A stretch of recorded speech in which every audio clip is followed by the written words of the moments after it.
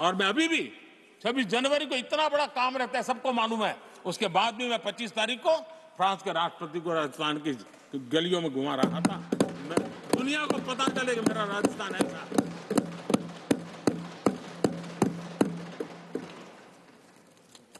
आदरणीय सभापति जी,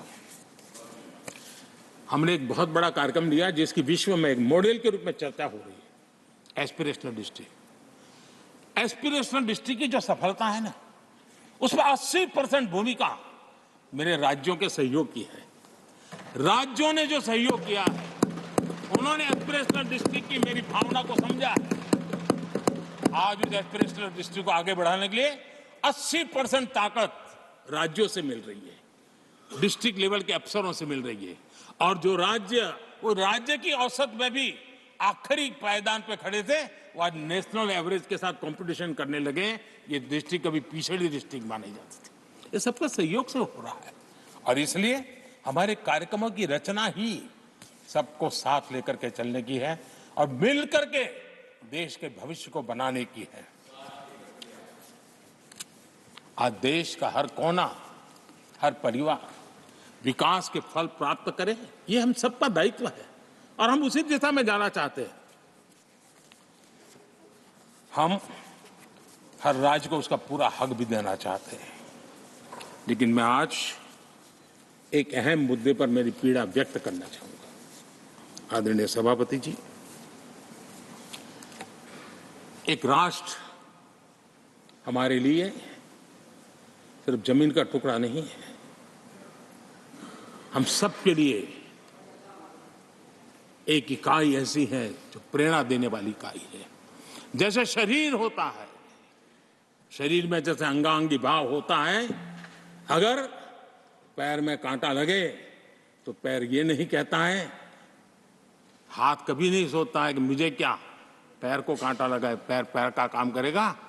पल भर में हाथ पैर के पास पहुंच जाता है, कांटा निकालता है। कांटा पैर को लगता है, आंख ये नहीं कहती कि आंसू मैं क्यों बहाऊं, आंसू आंख से निकलते हैं। हिंदुस्तान के किसी भी कोने में दर्द हो तो पीड़ा सबको होनी चाहिए। अगर देश का एक कोना, अगर शरीर का एक अंग अगर काम नहीं करता है तो पूरा शरीर अपंग माना जाता है। शरीर जिस प्रकार से, अगर देश का भी कोई कोना, देश का कोई क्षेत्र विकास से वंचित रह जाएगा तो देश विकसित नहीं हो सकता है। और इसलिए हमें भारत को एक अंगांगी भाव से देखना होना चाहिए, उसको टुकड़ों में नहीं देखना चाहिए। जिस प्रकार से हिंदी और भाषा बोली जा रही है, देश को तोड़ने के लिए, राजनीतिक स्वार्थ के लिए नए नैरेटिव गढ़े जा रहे हैं। एक पूरी सरकार मैदान में उतर करके भाषा गढ़ रही है। इससे बड़ा देश का दुर्भाग्य क्या हो सकता है? आप मुझे बताइए, झारखंड का कोई आदिवासी बच्चा अगर ओलंपिक के खेल के अंदर जाकर के मेडल लेकर आएगा तो क्या हम ये सोचते हैं कि तो झारखंड का बच्चा है? पूरा देश कहता है हमारा देश है। जब एक झारखंड का बच्चे में प्रतिभा देखते हैं और देश हजारों करोड़ रुपया, हजारों लाखों रुपया खर्च करके उसको अच्छे कोचिंग के लिए दुनिया के किसी देश में भेजता है, तो हम ये सोचेंगे कि खर्चा झारखंड के लिए हो रहा है, क्या देश के लिए नहीं हो रहा है? हम क्या कहने लगे हैं, क्या भाषा बोलने लगे? इस देश का गौरव, हमारे यहां वैक्सीन, देश के करोड़ों लोगों को वैक्सीन का, हम ये कहेंगे वैक्सीन तो उस कोने में बनी थी इसलिए हक उनका है, देश को नहीं मिल सकती? कैसा सोच सकते हैं? क्या वैक्सीन उस शहर में बनी थी इसलिए देश के और भागों को इसका लाभ नहीं मिलेगा? ये सोचेंगे क्या? क्या सोच बन गई है? और एक राष्ट्रीय दल के अंदर से ऐसे विचार है, ये बहुत बहुत दुखद की बात है। मैं पूछना चाहता हूं आदरणीय सभापति जी, क्या अगर हिमालय कल कहना शुरू कर दें, हिमालय कल बोलना शुरू कर दें, ये नदियां मेरे यहां से बहती हैं, मैं तुम्हें पानी नहीं दे दूंगा, पानी का अधिकार मेरा है, देश का क्या होगा? देश कहां जाकर के रुकेगा? अगर जिन राज्यों में कोयला है वो कह दें कोयला नहीं मिलेगा, ये हमारी संपत्ति है, जाओ तुम अंधेरे में गुजारा करो, देश कैसे चलेगा? आदरणीय सभापति जी, ऑक्सीजन कोविड के समय हमारे यहाँ ऑक्सीजन की संभावनाएं पूर्वी कार्य में जो उद्योग है उसके साथ देश के पूरे देश को ऑक्सीजन की जरूरत थी। अगर उस समय पूरब के लोग कह करके बैठ जाते ऑक्सीजन को हम नहीं दे सकते, हमारे लोगों की जरूरत है, देश को कुछ नहीं मिलेगा, क्या होता देश का? उन्होंने संकट झेल करके भी देश को ऑक्सीजन पहुंचाया। देश के अंदर ये भाव तोड़ने का क्या प्रयास हो रहा है? क्या इस प्रकार से देश को हमारा टैक्स, हमारे मनी किस भाषा में बोला जा रहा है? ये देश के भविष्य के लिए नया खतरा पैदा करने वाली बात है।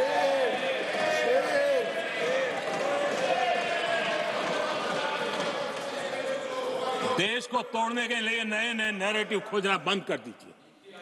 देश को आगे बढ़ना है, देश को एक साथ लेकर के चलने का प्रयास कीजिए। आदरणीय सभापति जी, पिछले 10 वर्ष नीति और निर्माण के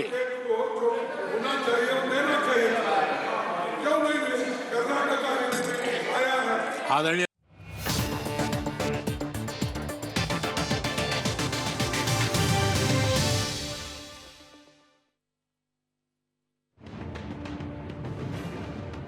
हुतु हुतु होई जळुछि चिलीर जंगल। देखंतु एथरर स्पेशल रिपोर्ट जळुछि जंगल।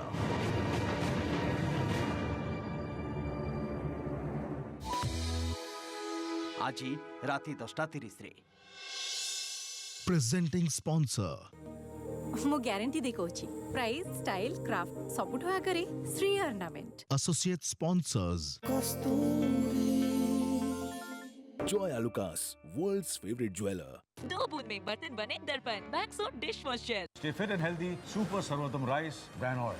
बाइक में डालिए गल्फ प्राइड जो पिकअप रखे बरकरार सालों साल। जब बाइक में गल्फ प्राइड डलवाओगे तो सालों साल वही पिकअप पाओगे। ओजन बढ़ाइबार उपदेश सुनिबि कहर उपदेश प्रचुर खाओ दृष्टि छड़ाओ भलो कि सुओ सबु करिली एबे नो उपदेश केवल एक्सपर्ट अपनांतु। एंडियोरामास ये 6 सप्ताह रे ओजन बढ़ाइबा आरंभ करे। एंडियोरामास ओजन बढ़ाइबार एक्सपर्ट।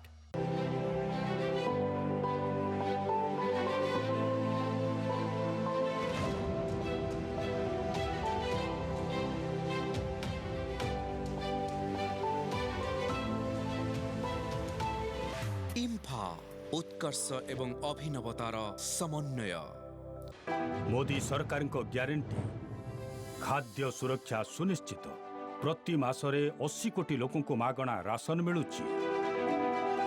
आम संकल्प विकसित भारत।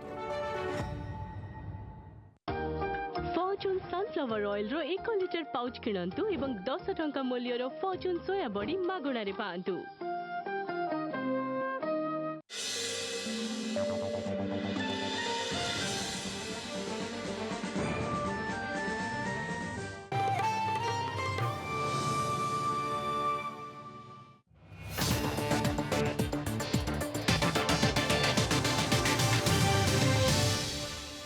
फिर से वो न्यू मिडिल क्लास फिर से वापस उस गर्त में डूबने जाए। हम 5 लाख रुपए आयुष्मान का देते हैं ना, उसके पीछे ये इरादा है। परिवार में एक बीमारी आ जाए ना, मध्यम वर्ग का आदमी भी गरीब बनने से देर नहीं लगती है। और इसलिए गरीबी से बाहर निकलना जितना जरूरी है, उतना गलती से भी गरीबी की तरफ पीछे न चला जाए, उसके लिए ध्यान रखने की आवश्यकता है। और इसलिए हम अनाज देते हैं, अनाज देते रहेंगे, किसी को बुरा लगे या न लगे। 25 करोड़ गरीबी से बाहर निकले हैं, न्यू मिडिल क्लास हुए हैं, लेकिन मुझे समझ है, मैं उस दुनिया जीत करके आया हूं, उनको जरूरत ज्यादा है। और इसलिए हमारी ये योजना जारी रहेगी। आदरणीय सभापति जी,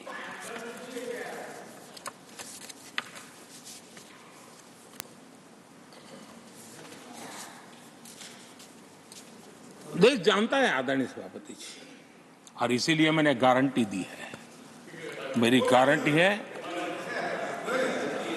गरीबों के 5 लाख रुपए तक की इलाज की सुविधा आगे भी मिलती रहेगी। मेरी गारंटी है, मोदी की गारंटी है, 80% डिस्काउंट से जो दवाइयां मिल रही हैं, जिसका लाभ मध्यम वर्ग गरीब को मिल रहा है, वो मिलता रहेगा।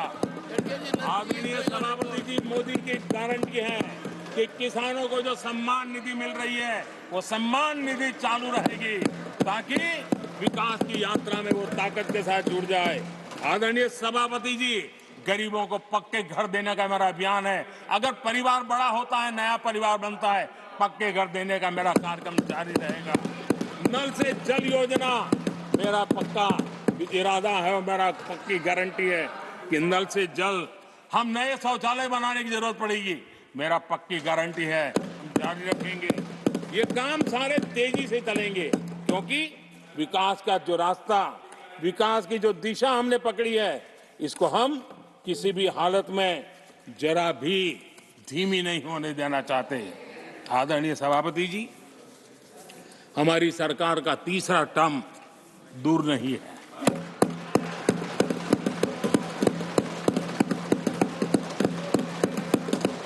कुछ लोग इसे मोदी 3.0 कहते हैं।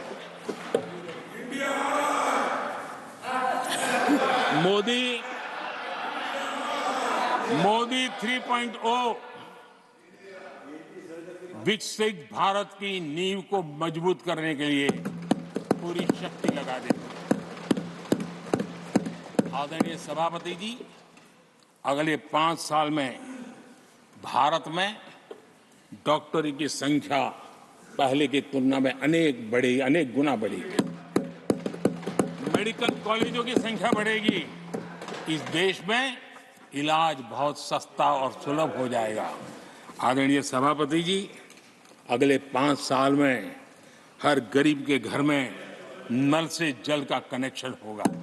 आदरणीय सभापति जी, आने वाले 5 साल में उन गरीब को पीएम आवास जो देने हैं, एक भी वंचित नहीं रहे, इसका पक्का ख्याल रखा जाएगा। अगले 5 साल सोलर पावर से बिजली बिल जीरो,